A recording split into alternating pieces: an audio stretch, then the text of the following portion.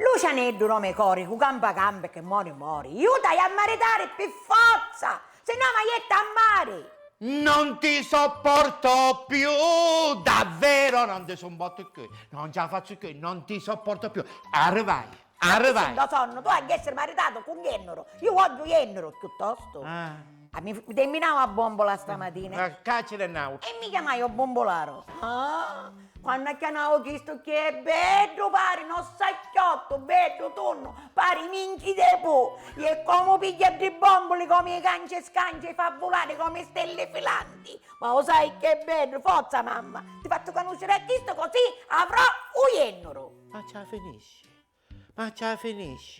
Ma ce la finisci, che sembra un tormento e passione, pare tormento, ma ce la può finire. Ma io cosa ti impazzire, ma io non ce la faccio più, ma che malassano i motti?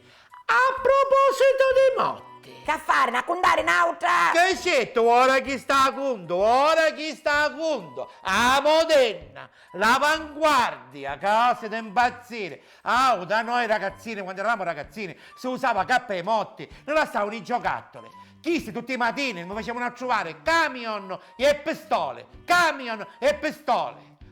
una bambola,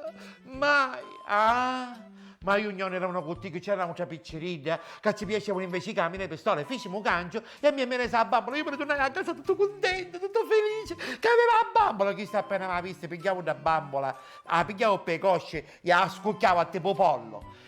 E non solo, e spatte, coppa di ligno, di cucchiare ligno, ne pigliai che stesse un altro mese e mezzo cuccato inza. E poi a bambola t'accattammo, dopo parte l'avevamo Anzi, queste cose che parlano che le spinte parono. Piuttosto preparavano a monini no bombolaro. Che c'è macchina a fare? A monini no bombolaro, Matteo, sai come si chiama? Chiave bello nome. Si chiama Attoro. A conosco della viruro.